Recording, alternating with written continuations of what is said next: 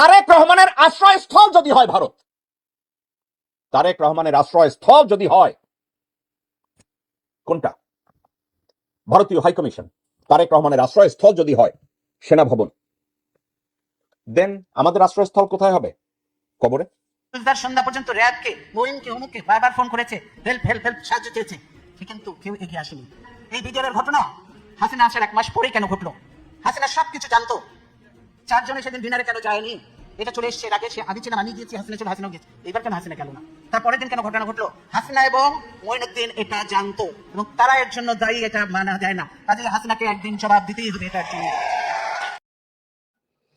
ওনার মুখ থেকে তো শুনেছেন, এটা স্রেফ আমার কথা না, বেগম জিয়াটা জানতেন। সার্বিকভাবে বেগম জিয়া উনি বুঝতে পেরেছিলেন।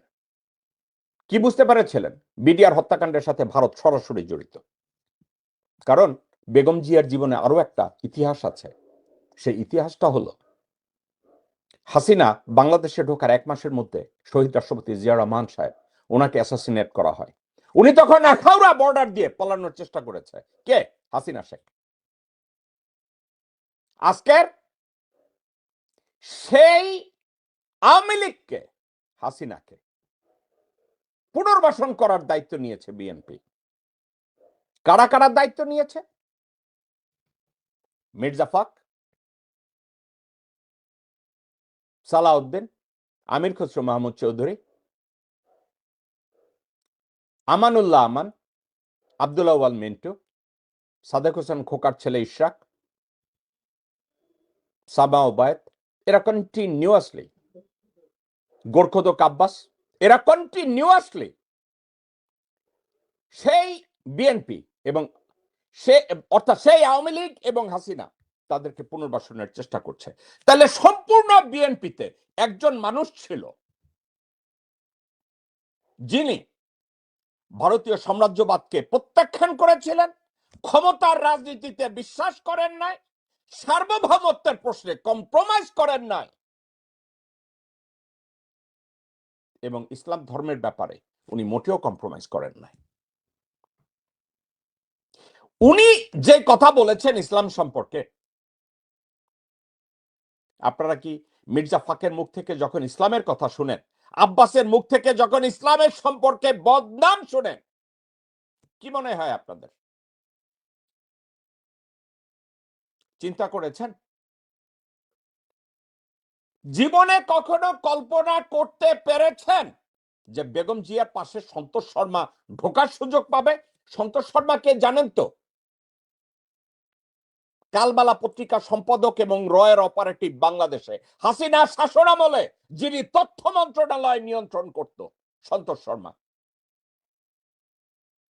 আপনাদের বিরক্ত লাগে? এই সন্তোষ শর্মাকে তারেক রহমানের রুমে ঢুকায় দেওয়া হইল। দেখেন,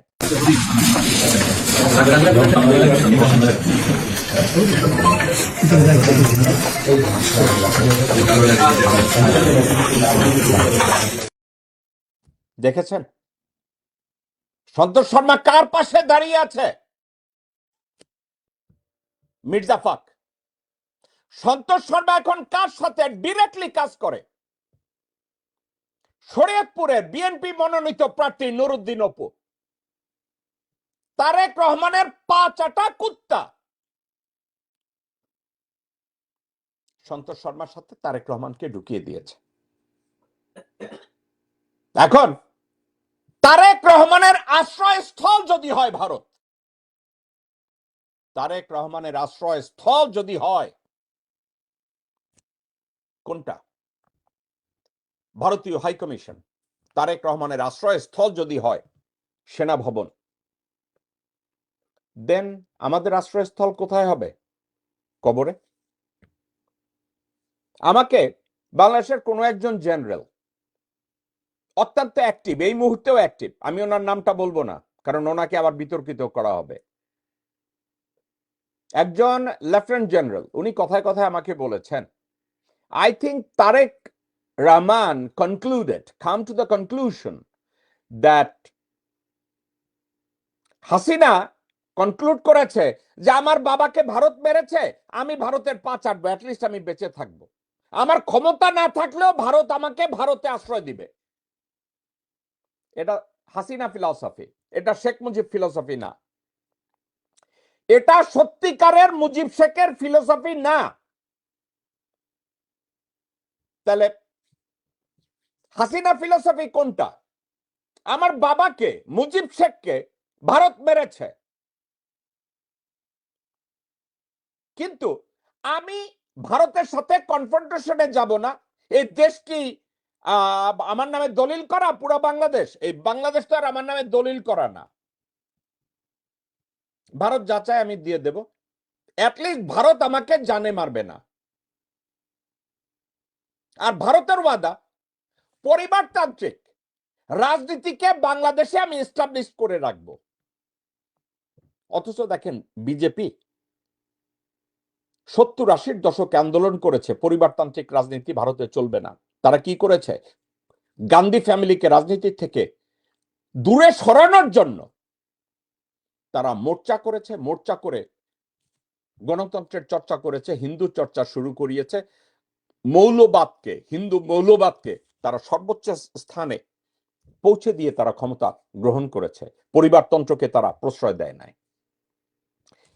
ভারত তার নিজের দেশে পরিবারতন্ত্রকে প্রশ্রয় দেয় না, অথচ বাংলাদেশে পরিবারতন্ত্রকে তারা পূজা করা শিখিয়েছে।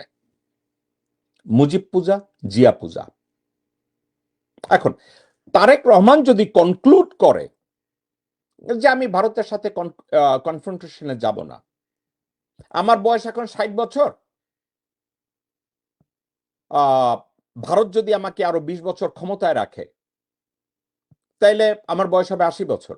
80 বছর বয়সে আমি মারা গেলে আমার কি আসলে গেল? আমি বাংলাদেশে থাকতে না দিবে, আমি ভারতে গিয়ে থাকবো। আপনি কি আরেকটা ট্রেন্ড দর্শক শ্রোতা আপনারা কি খেয়াল করে দেখেছেন? বাংলাদেশে যত প্রকার হাইনিয়াস ক্রাইমস আপনি করেন, যত প্রকার ক্ষতি বাংলাদেশের করেন, কোনো অসুবিধা নেই, আপনাদের লাইফ সেফ। শুধু বর্ডারটা ক্রস করে ভারতে চলে যান, ভারতের সরকার আপনাকে জামাই আদরে রাখবে, আপনাকে পাঠাবে না। কেন পাঠাবে না?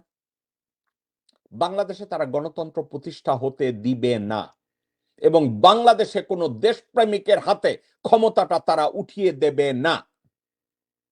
আর বাংলাদেশে যদি দেশপ্রেমিক কোন সরকার ক্ষমতা গ্রহণ না করে, ভারত থেকে কোন কুত্তার বাচ্চাকে তারা ফেরত দেবে না। হাসিনাকে ফেরত দেবে?